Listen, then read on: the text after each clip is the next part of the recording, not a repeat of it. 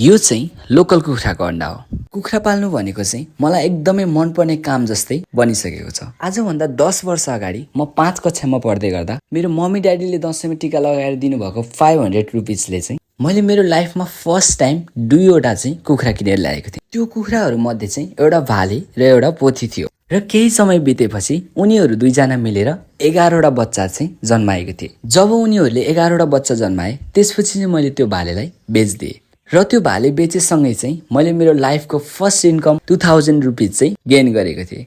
र त्यहाँबाट स्टार्ट भएको मेरो यो हबी आजभन्दा 10 वर्ष अगाडि जस्तो इनर्जीमा स्टार्ट भएको थियो त्यस्तै इनर्जीमा अहिले पनि चलिरहेको छ।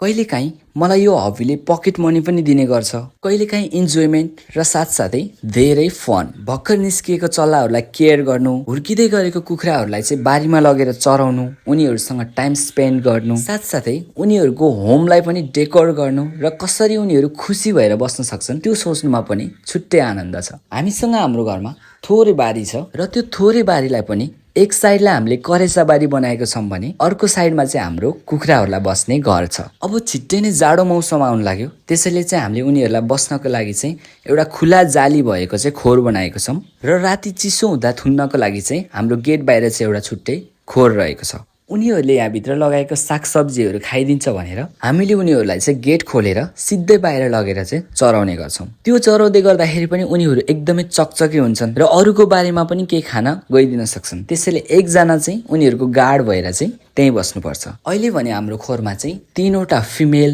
र 2वटा मेल, त्यसपछि 2वटा सानो सानो चल्लाहरू र 5वटा चाहिँ गिरिराजको सानो सानो भालेहरू रहेका छन्। अहिले चाहिँ 3वटै फिमेल कुखुराहरूले चाहिँ अन्डा दिइरहेका छन् र बिस्तारै उनीहरू अब केही दिनमा चाहिँ ह्याचिङ गर्न बस्छन् र धेरै चल्लाहरू फेरि निकाल्नेवाला छन्। र छिट्टै नै म मेरो कुखुराहरूको फेरि नेक्स्ट अपडेट लिएर आउने छु। सो हजुरहरूलाई चाहिँ मेरो हबी कस्तो लाग्यो त्यो कमेन्ट सेक्सनमा गएर चाहिँ कमेन्ट गर्न चाहिँ नभुल्नु होला। र त्यतिखेरसम्मको लागि चाहिँ have a nice day, good by.